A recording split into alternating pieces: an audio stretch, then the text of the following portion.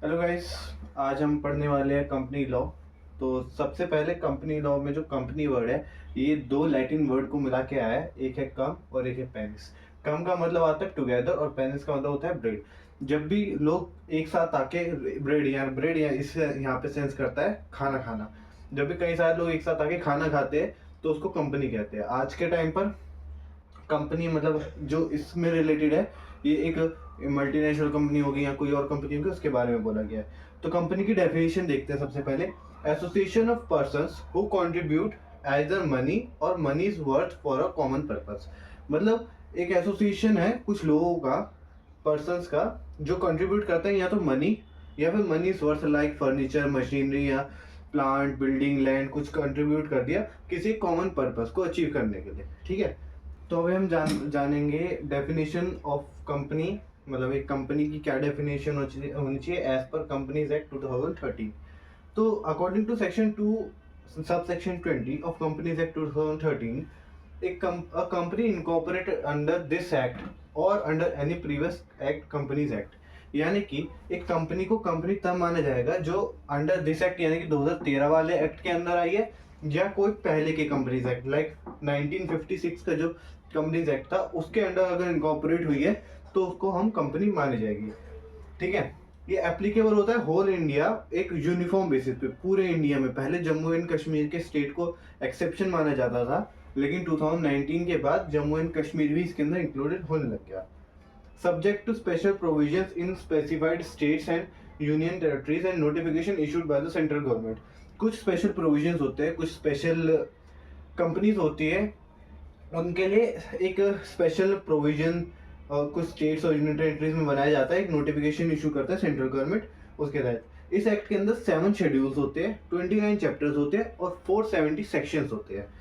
तो हम 4 ऐसे जो मैं आपको एग्जांपल दे रहा हूँ कि ये स्पेशल प्रोविजन के लिए स्पेशल एक्ट भी बने हैं और ये इस कंपनीज एक्ट को भी फॉलो करते हैं।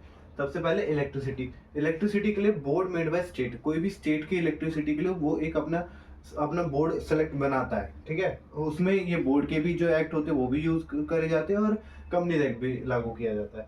बैंकिंग के लिए बैंकिंग रेगुलेशन एक्ट होता है, बैंकिंग रेगुलेशन एक्ट भी होता है और काफी टाइम आरबीआई भी कंट्रोल करती है।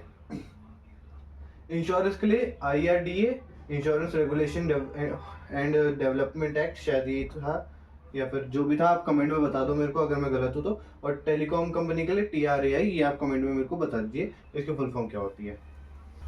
सो अब क्योंकि मैंने शुरुआत में एक डेफिनेशन का यूज किया था, एसोसिएशन ऑफ पर्संस, तो डेफिनेशन जो थी वो लॉर्ड जस्टिस लिंडले के द्वारा दी गई थी।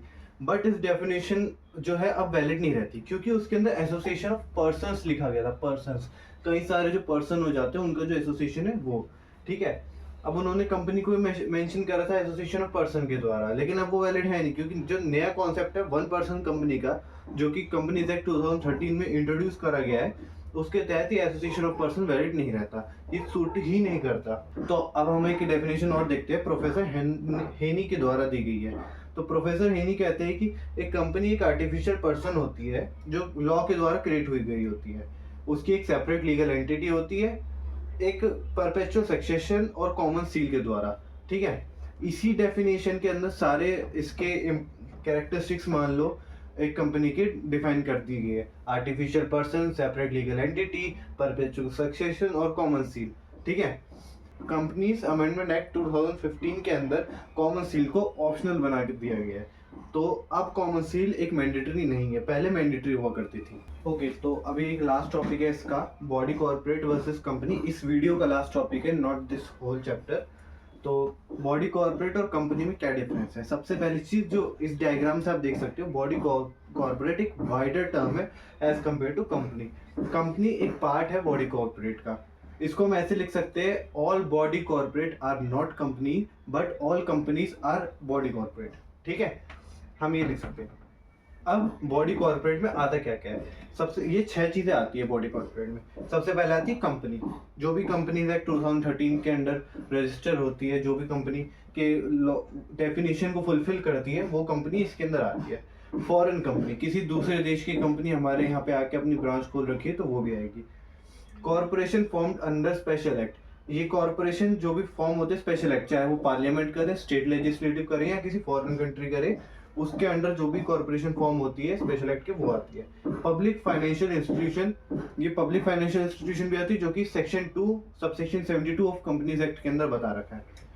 नेशनलाइज्ड बैंक, जितने भी नेशनलाइज्ड बैंक है वो सब बॉडी कॉर्पोरेट के अंदर आएंगे। LLP registered under LLP act 2008, business law के अंदर पढ़ा है। एलएलपी जो होता है वो एलएलपी एक्ट 2008 के अंदर जो भी रजिस्टर्ड एलएलपी है वो सारे इसके अंदर आते हैं। तो आज की वीडियो यहीं तक है। नेक्स्ट वीडियो में इसके आगे कंटिन्यू करूंगा with characteristics of a company. ठीक है, तो बाय बाय।